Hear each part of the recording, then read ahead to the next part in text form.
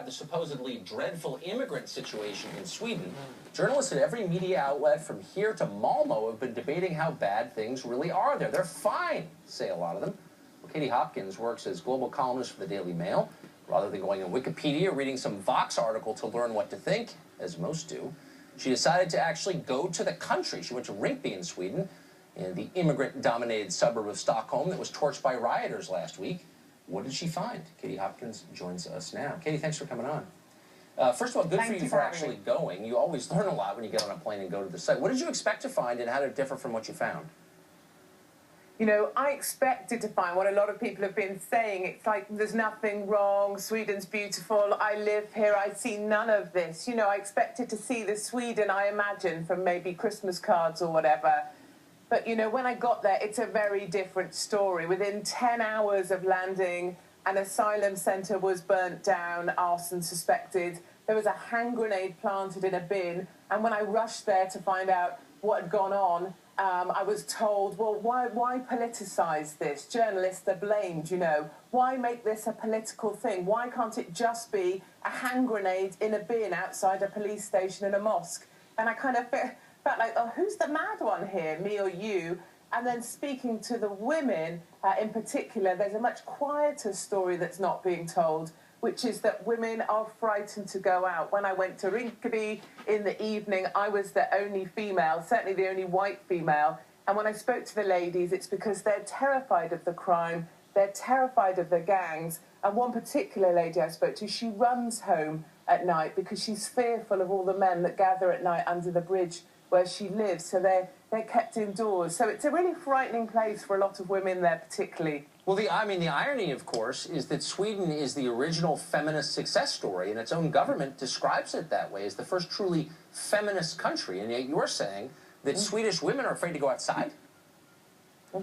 Absolutely, and that was exactly the point that made me kind of mad, you know. I was saying to them, but Sweden's always been the aspiration. You guys have the best maternity leave, the best paternity leave. You're seen as the epitome of a society that's truly evolved. And the funny thing was, after I put up my first article for Mail Online, a lady, a stranger, came over to me in a cafe and she said, you've got to keep going. You've got to keep speaking out on behalf of these women because they have been silenced. And funnily enough, or curiously enough, the lady, let's call her Lucy, that is too scared to go out of her apartment that was broken into last week and she had her car torched, she said she was frightened to have her picture taken because of the feminists.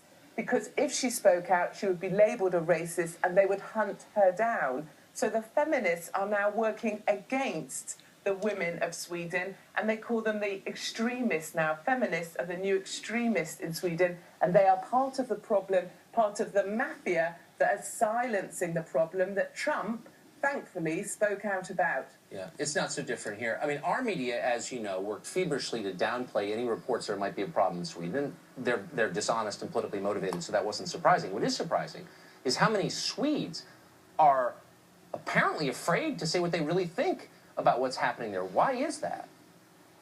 Absolutely. There's this absolute belief, 80 years of liberal politicians, there's an absolute belief that Sweden is utopia, and that's the only message you can send. There's absolutely mandatory belief in multiculturalism, and there's an absolute reluctance to understand that when these individuals leave Eritrea, Somalia, Afghanistan, they don't just arrive in Sweden and then miraculously, you know, join the multicultural dream. No, they bring every war, every fight, every hostility with them. And there in Rinkeby, in Sweden, you have the Eritreans who hate the Somalians, who hate the Afghanis, and that's just brought with them. And we have the same in Calais. When I went to Calais to address the migrant situation, they're exactly the same. The Somalians don't speak to the Eritreans, who don't speak to the Afghanis.